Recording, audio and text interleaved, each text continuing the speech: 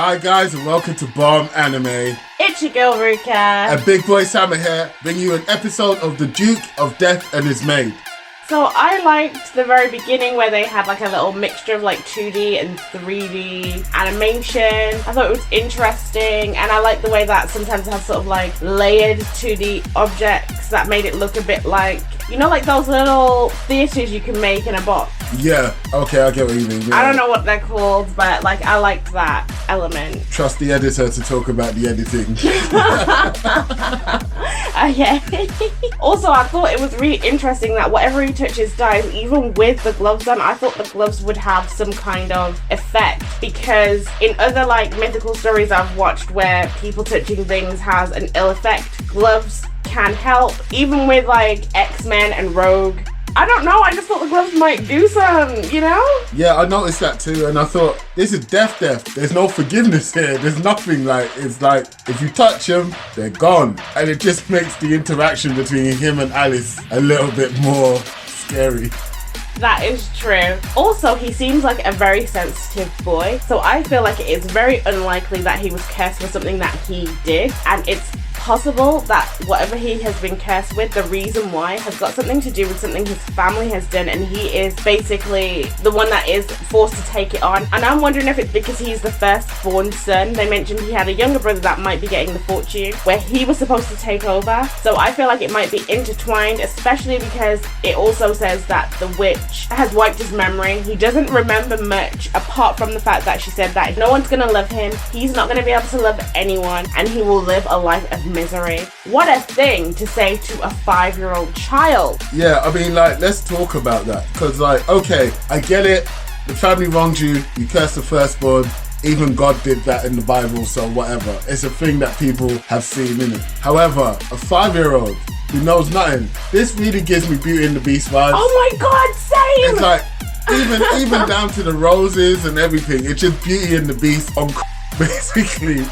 Can I say? Can you see? I don't know, I'm gonna blank it out. Because look, let's be honest, Beast was what, 11 or 12 at the time he was cursed, and no one looks at that part of the story. I think he was younger. It might have been younger. Guys, let us know in the comments what age Beast was at the time he was cursed. He was a little boy as well, and then he was cursed with something that is so deep, to look like that, to be like that in that mansion by himself. But at least he had inanimate objects he could touch and be friends with. This is how? The witch cursed him for not allowing him to come into the house in the middle of the night. No. As a small child, and those were servants that were turned into inanimate objects. Like, there's no at least here. I'm not saying that the witch was right. The witch was a bad person. I get that. And especially here.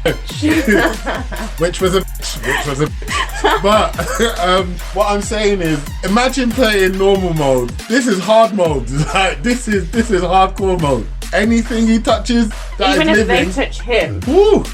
Alice, what's going through your mind, fam? What makes you want to stay here and get that close? Now, I'm just saying, yeah, you love him and he loves you, I'm guessing, and it's very implied, okay? But his mum even kicked him out, and that's a maternal love. So, if this curse can kill that, it's not believable to me that this kind of love can beat maternal love. So, I don't know.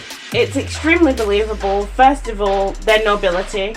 True. They're not just any regular person. She has other children, another son and a daughter, and we saw that meal. It was cold as F. True. They were barely speaking, and the only time that the girl dared to say something to her mom basically said, "It's none of your damn business, eat your food." So it was a really cold situation. There didn't seem to be much love there as it was. So I don't think that the curse stopped any maternal love. I doubt that there's much maternal love there in the first instance. Okay, to be honest, when you say it like that, that makes sense. But Alice, you want to die? Like, do you want to die, fam? Because you're getting real close And not only are you getting real close, you're making it hard for him to not want to touch you. And you obviously want to be touched as well. She's twisted, he's sad. This is a fireworks waiting to happen. Well, I find their interaction to be completely hilarious. I also very much enjoy the fact that both of them are quite straightforward with each other. There's no like beating around the bush. There is no dumb virgin trope either. He is very upfront. He's like, yo, I want to touch you, so you better just stop. I might not be able to stop my temptation. She's out here wearing fishnet stockings, which I'm pretty sure that a maid would not be wearing, but there's no care here. So I actually like that they're not following the normal anime sort of rules. I'm so sick of it.